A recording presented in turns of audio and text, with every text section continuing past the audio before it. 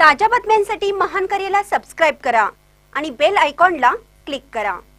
शिरोळ तालुक्यातील 78 ज्येष्ठ कलाकारांच्या मानधन योजनेचे प्रस्ताव धुळखात। लोक कलावंतांच्या हयाती दाखल्यासाठी मुदतवाढ द्यावी। डॉक्टर दगडू माने। शासनाच्या राजर्षी शाहू महाराज वृद्ध साहित्यिक व कलावंत मानधन योजनेच्या पात्र लाभार्थ्यांना हयातीचे दाखले काढताना तांत्रिक अडचणी येत आहेत। QR कोड लॉगिंग होत नसल्याने लोक कलाकारांना हयातीचे दाखले वेळेत सादर करता आले नाहीत। जीवन प्रमाणपत्र हयात दाखले देण्यासाठी मुदतवाढ द्यावी। ऑनलाईन ऐवजी ऑफलाईन सुविधा सुरू करावी। तसेच ज्येष्ठ कलाकारांचे मानधन प्रस्ताव तात्काळ मंजूर करावेत। या मागणीसाठी शिरोळ तालुका लोक कलाकार संघटनेच्या वतीने शिरोळ पंचायत समितीच्या अधिकाऱ्यांना निवेदन देण्यात आले। शुक्रवारी लोक कलाकार संघटनेच्या वतीने शिरोळ पंचायत समितीचे गटविकास अधिकारी नारायण घोलप व कार्यालयीन अधिकारी वैशाली लाटे यांना निवेदन देऊन लोक कलाकार मानधन योजनेतील अडचणी सांगितल्या।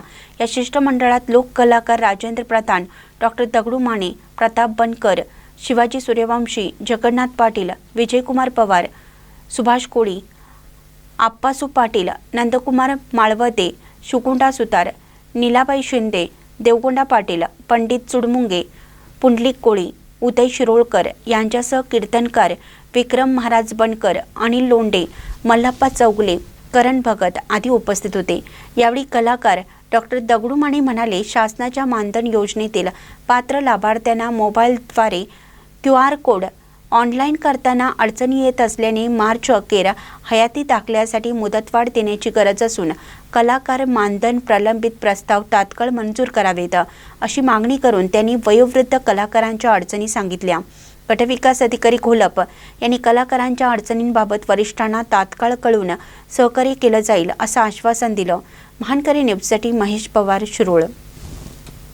कलाकार मानधनाचे जे लाभार्थी आहेत त्यांनी जे आपल्याला निवेदन दिलेलं आहे हे निवेदन आम्ही जिल्हा स्तरावर पाठवून देतोय। जे आता तो विषय जो निघाला हयातीचा, तर साधारणतः आपल्याकडे पेन्शनर साधारणतः 1300 आहे।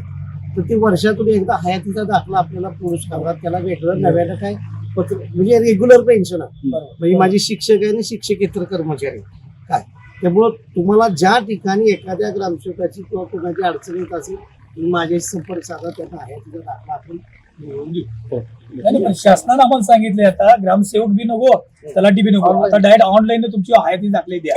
त्यामुळे या अडचण निर्माण आता त्याची मुदत संपून गेली। ते कळवतो आम्ही ते जिल्ह्याला कळवतो।